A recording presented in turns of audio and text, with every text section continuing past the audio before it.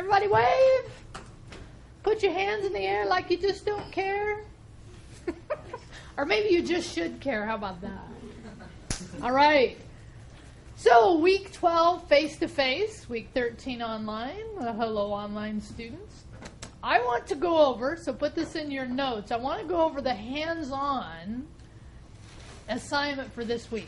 Okay? The hands-on assignment for this week. So the online students are going to get a little bit of a lag because it is due this week, but they'll get it next week when they watch this. Okay? But before I do that, I want to go over a few topics, a few FYIs. Okay? One. Now, I actually do have an office hour on Friday, but most of you have not come to see me. And you have, but not on Friday. Okay? So I just wanted to let you know that this has been true. But do you guys, have you heard of this, virtual office hours? No, nobody's heard of this? So there's actually a change now. Instructors can do virtual office hours. And what that means is that even though we're not on campus, you can still reach out to us and connect with us. So my office hours from 11 to 12 on Friday. So what this means is if you want to talk to me on Friday and I'm not on campus, but you want to chat with me, just give me a heads up and I'll come on campus, okay? But I at least need a little bit of a heads up. Because I've actually been coming on Friday and I realized I'd had a virtual office hour and I'm like, I'm going to start using it. Because I actually grade on Friday, right? You all know this, right? I grade on Friday. So, can you still see me on Friday? Yes. But you need to do what? Let you know ahead of time. Yeah, let me know. And the more ahead of time, the more likely you'll get to see me. Okay. Yay! My IT lab rolled out a new update. Now you can put your hands in the air like you just do care, right? There you go. Sorry, that was amusing at least to me. So that issue of it submitting when it's not supposed to, I tested. It is gone.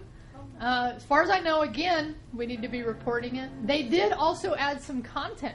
What that means is if you've noticed how if you know how to do something, but it wants you to do it their way, it may work an alternative way. So they're deepening the content, right? So another, hopefully, level.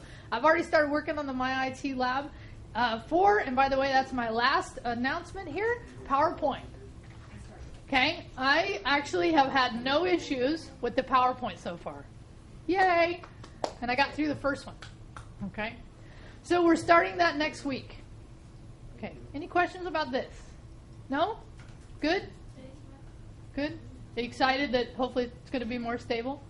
And I also talked to the rep today, so anyway, we're gonna know it's gonna get better here. All right, so those are my course announcements. Let me zoom out again. Now, hands-on. So this is actually the majority of the topic is not to necessarily go over what's in the hands-on assignment. It's really to explain it. Because you can do the work for the hands-on assignment without really understanding what your output is. Like, some of you may have encountered this with the task manager, right? Some of you were like, why did we do that? I had a few students, most of you were like, I got something out of it.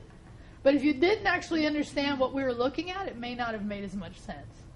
So I'm doing this proactively to explain these really important topics, right? So as a review, how many computers does it take to have a network? Anybody remember? How many? One. Can you have a network with just one? Yeah. No. Oh. Good try, though. Why would you think one? Oh, I'm saying it's a computer.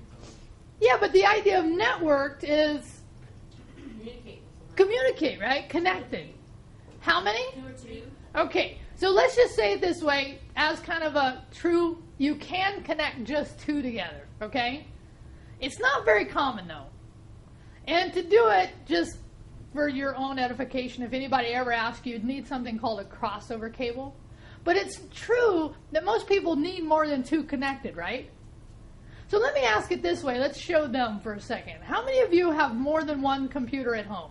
Show them. How many of you have a network at home? Okay, the answer is all of you that have more than one computer most likely have a network and you don't realize it. Okay? And that's the point of this lecture. So let's look at a typical picture of a network. Like here's a home network right here. Let me take it just a second here. There we go. Okay? Now, your network may not be like this, but it has most likely all of these components. So here's my point, is once you go beyond 2 computers, then you need other equipment to connect these computers up. Okay? So after 2, meaning 3 and above, you need to have first, and let me ask who knows what this does. So router. Router, very nice. What does a router do? Okay, it actually routes information. That's its name is a router. Now in this case it's called a wireless router. Okay? But in the picture, and if you'll notice this, not only is it's called a wireless router, but it also has hardwired. So I started to review this when we talked about networks before. So there's 2 basic kinds of network. There's a wired and a wireless, but they can be combined into one type of router. Okay? First, are you with me? Now, how many of you know what kind of connection you have on your network? Like, how many of you have wireless, your computer's communicating wirelessly? How many of you have wired connections? Yeah? You know for sure because how?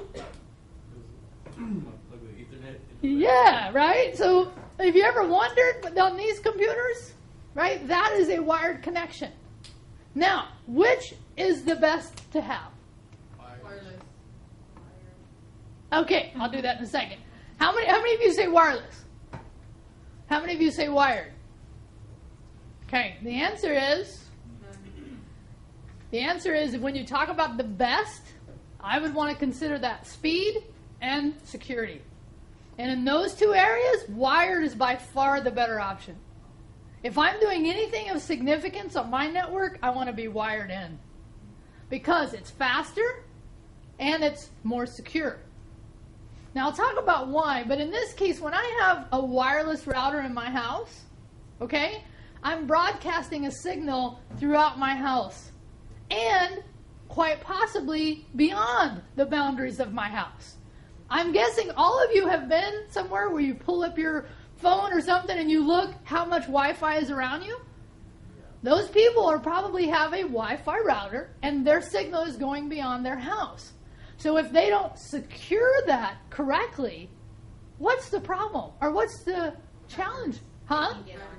Yeah, so we're going to talk about this term hackers later, but because actually that term hacker in the computer culture is actually not a bad thing. There's actually a bad term we use, and it's called a cracker. And no, that's not us white people. Although we could talk about that. Okay. So actually the term we use for people that drive by and look for open Wi-Fi, it's called war driving. And I actually had this happen to me where somebody came and was sitting outside of my house, and they had a device, and they were trying to hack into my system.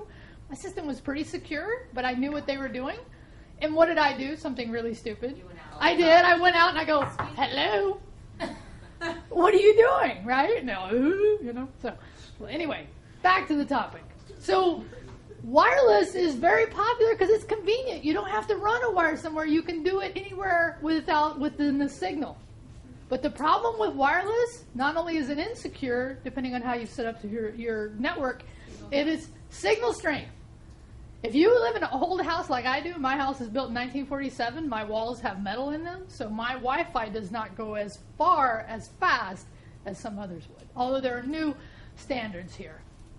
But let's get back to this idea. So first and by the way, this is what? This is a home network, okay?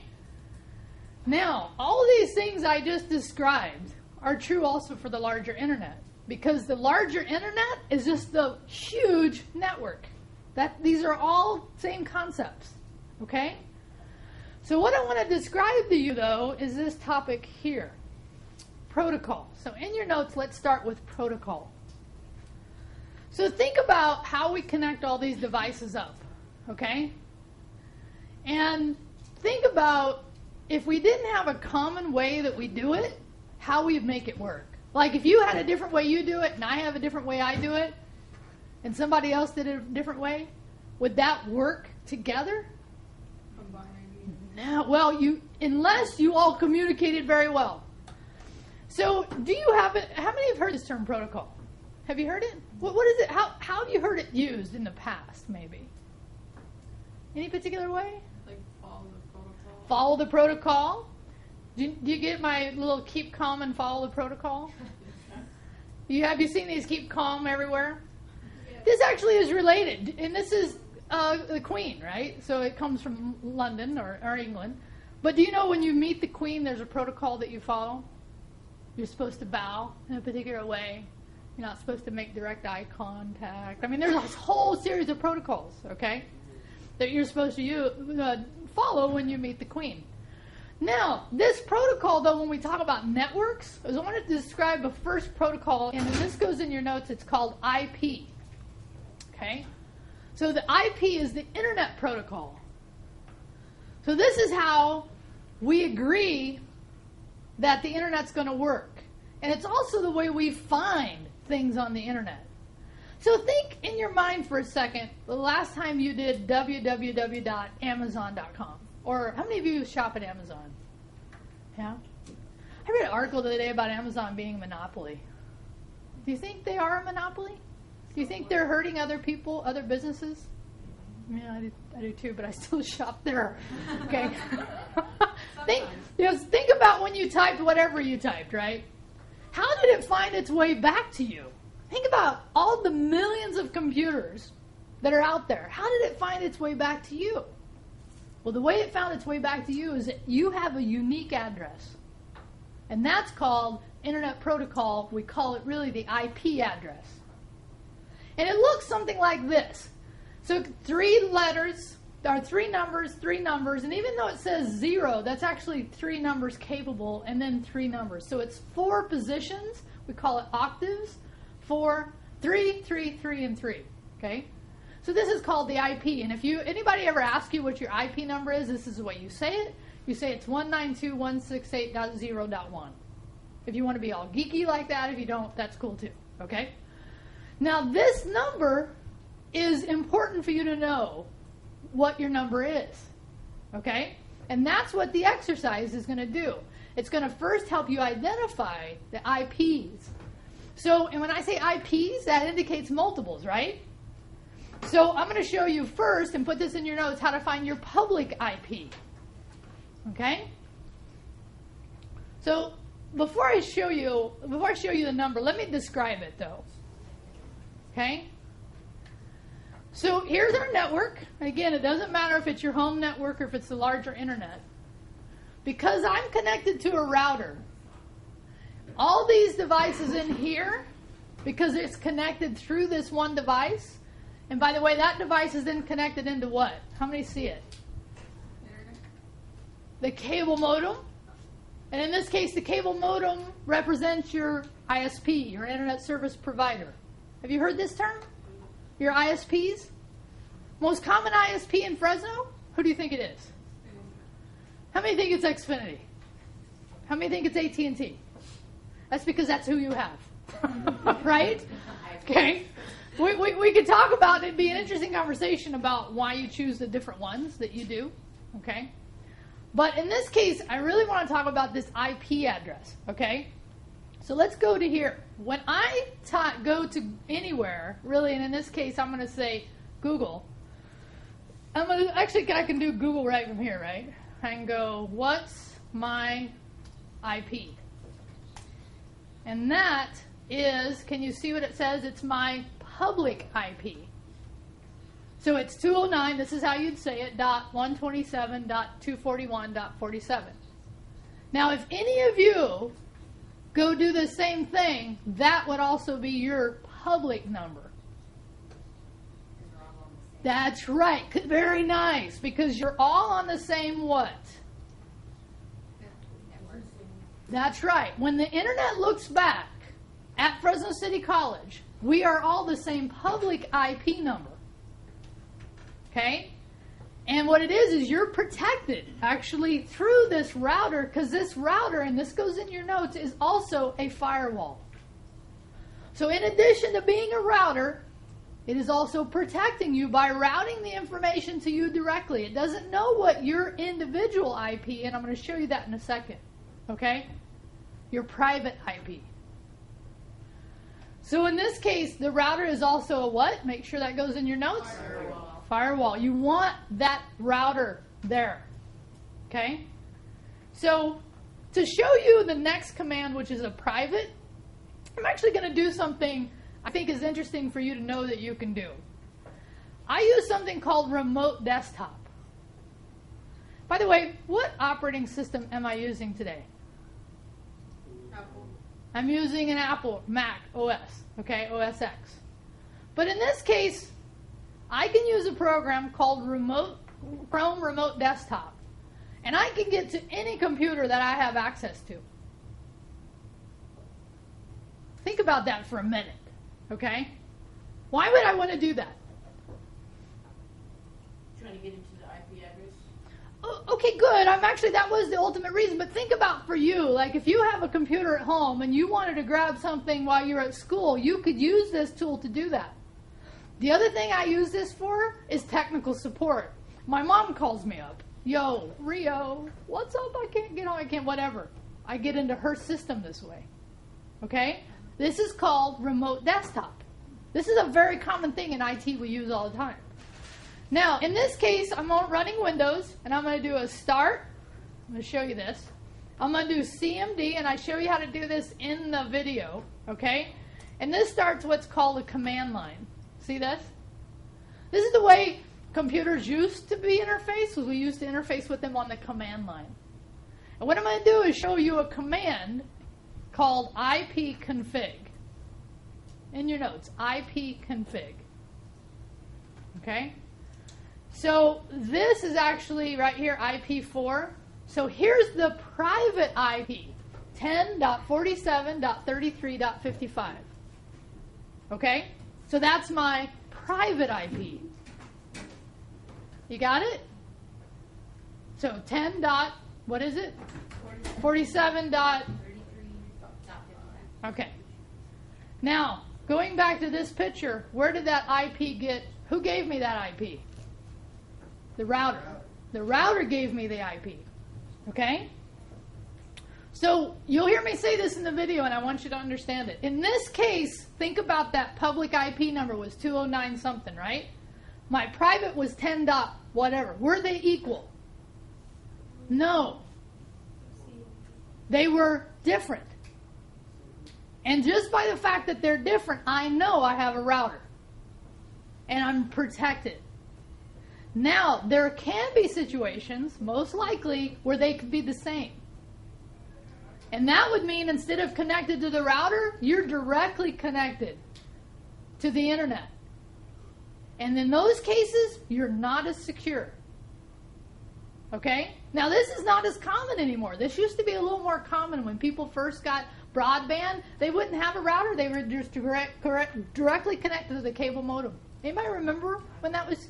In those cases, you were much more open to what's happening on the internet. You didn't have a firewall protecting you. Okay? So you want them to be what? Not equal, right? If they're equal, you're more a little bit more in danger. Okay? You got it? All right. So the first part of this exercise is just to understand the difference between the private IP and a public IP. You got it? Now, let me just say this. Notice how here, let's just say this. On this network, there's a smartphone, right? And it's connected into the Wi-Fi, like my phone could be. And by the way, if you're on your smartphone, would you rather be connected to the Wi-Fi or directly to your cell phone provider? Oh, interesting. Interesting. This is starting to change. Some of you said Wi-Fi, right? Now, why would you want to be connected through Wi-Fi on your smartphone? Because you don't have... Because, why? You don't get charged for your data? Oh, yeah. First, you're protected based on... And you don't get charged for your data. Because if you're connected directly to your provider, you're being charged for that data. Now, let's go back to this public versus private IP. You guys, are you with me? Okay? So, in this case, on my phone, when I'm connected to the internet, on my phone, I don't have a router. Then I'm dependent on my cellular provider to protect me. Okay? So in that case, I'm not as prone to being intercepted when I'm on those networks. So it's important to understand the difference between the different networks that you're on these portable devices. Because on your desktop and your laptops, even though your laptops are also portable. Because remember me saying this? When you see an open Wi-Fi, what should your reaction be? To get on. No, that's actually just the opposite. I think you might have missed this lecture. My thing to you was if you see open Wi-Fi, you should say, oh no, not oh yes. And here's why. When you're connected to this Wi-Fi, they can see what you're doing. I read an article again just yesterday about how this is really bad. People were sitting at some coffee shop, and he was pulling up a device that allowed him to see everybody in the coffee shop connected to that Wi-Fi.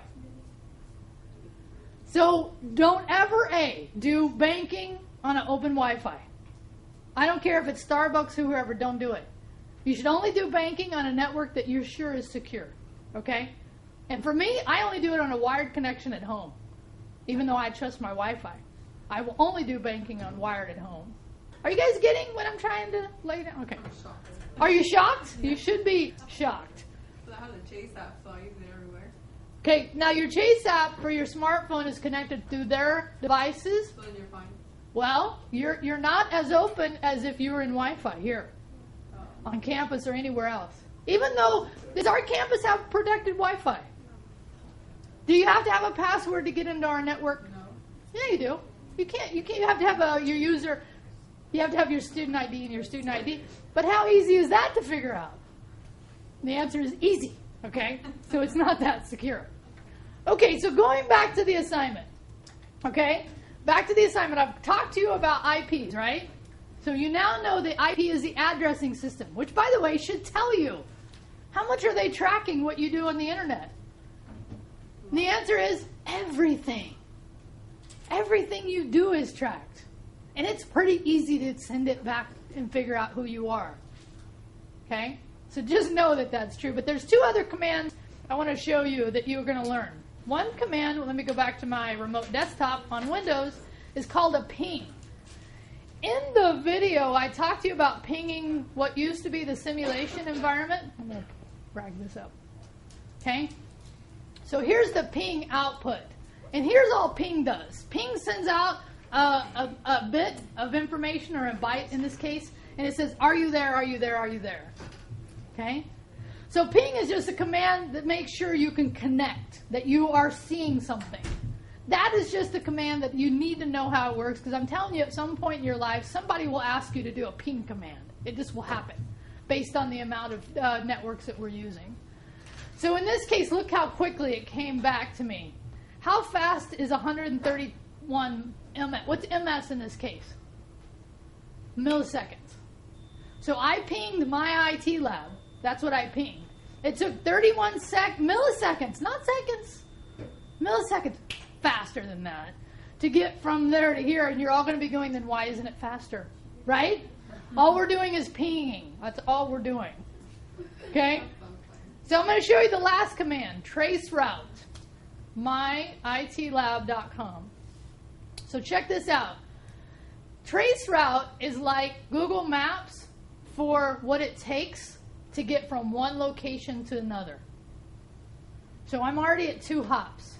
And what this means, and by the way, I'm still within the college network here. Hop 4, I'm still within. And how do I know? Notice the address. Can you see it? 1060. And remember me saying what my private IP was? Yes. It was 10 dot something, 47 dot whatever. Okay? So I'm at 6 hops right now, and I'm still within the campus network. Now I think I hit the outside. I just hit the outside, which, by the way, I know it zoomed by, but where do you think that was? Can you see it? LAX. So it jumped from our internal network, and by the way, this is the route it would take to get, like when you type myitlab.com, this is the route it figures out how to find it and get it back to you. Yeah, and then it went to Dallas. Very nice. So we went from Fresno. We took how many hops within the network? Let me just zoom out for a second here so I can show you. Right? By the way, a total of 25 hops. We went from LA, went Fresno, LA, Dallas, and then where did we go after that? New York. Yeah. So we have to start manual and do this command. It's going to tell us all the information we need to put in. That's it. Yeah. But I'm really telling you what the information is. Like, I'm showing you in the hands-on, this is how you do it. But now I'm giving you more of the backstory of what you're looking at. Okay? So that when you do it, it'll make a little more contextual, like give you a little more context. By the way, if you were taking my advanced web technologies, we spent about 4 weeks actually dissecting this puppy and understanding what's happening here. And it's good because most people don't realize this is what it takes to get you from point A to point B. And again, we couldn't do this if we weren't all connected somehow. Think about that. How can I get, in this case, I went to New York, right? I think that was my last that I could figure out. Although, by the way, I can actually take each of these hops and figure out where they're physically located. There's actually another command called a visual traceroute where I can figure this out. But in this case, I just want to show you. Be kind of amazed when things work. Rather than disappointed, be amazed when they work, right? Because it's really pretty amazing what it takes to have this stuff happen. Okay, let's see. Did we figure? So what were the 3 commands? It was the IP, the ping, and the traceroute. Those are the commands that you're going to need to do. And the other thing is I show you how to copy and paste because in the command line, it's a little different than in Windows. And I also show you how to do it on the Mac. So for you Mac folks, we do that as well. Okay? So I want you to understand this stuff because networks are so prevalent. You're going to be on them a lot. You're always connected. Right? Which is why when somebody does something in a foreign land, it affects us now. We're no longer isolated. We're very interconnected in many different ways. And when somebody does something, remember that whole director of the FBI and who was the major country that hacks us? Anybody remember? Yeah, China, right? China. It was China. So what China has figured, the hackers over there have figured out, even though they're not that good, and I even called it a hacker because they're really crackers, because hackers are actually good people. I know, right? All these terms, part of this is just a cultural thing. And here, let me just end with this. So the term hacker is actually somebody that's just trying to figure out how to make something work. Like, have you ever seen the movie War Games with Matthew Broderick when he was little? And how many remember War Games? A couple of you? Yeah, I watched it. Great movie, right? So he was a young kid trying to get into the government's computers, right? He was a hacker. He just he wasn't meaning any harm. So when you mean harm, that's when we give you a different term, whether it be a black hat or a cracker or something else.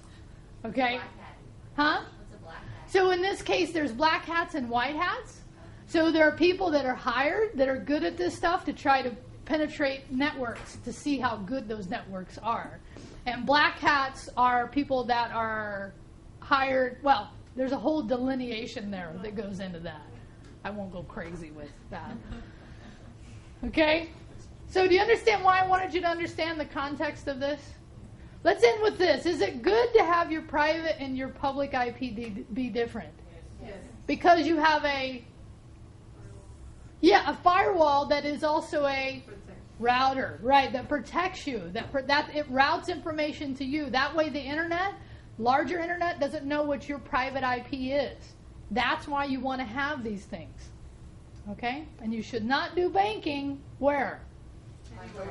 Anywhere. I'm telling you my personal philosophy. I only do it at home on a wired connection, even though my Wi-Fi. Go ahead and ask me. I can tell it's there. Go ahead. But you said if we use the app, it doesn't matter? I'm not saying it doesn't matter. Okay, then you're dependent on your cell phone provider to protect you. No, but I'm saying if you're on Wi-Fi and you get on your app, is that what you're saying? Remember this. When you're on a Wi-Fi network, right, like our campus or Starbucks, people can see what you're doing. They can see your passwords. They can see the screens that you're on. Now, not everyone is out there trying to do that, but there are some people out there trying to do that. Okay? Yes, I am trying to make you a little paranoid. That's kind of my job, right? It's kind of my job to do this with you, right? Don't do banking unless you know for sure where you're at. If it was me and I really needed to do something, I would rather connect to turn off my Wi-Fi, get on my mobile network, and I'd do it from there if I need to do it, but most of the time I just wait till I'm home. That's good that you told me. Yeah. All right, let's show you guys and wave goodbye and turn it off.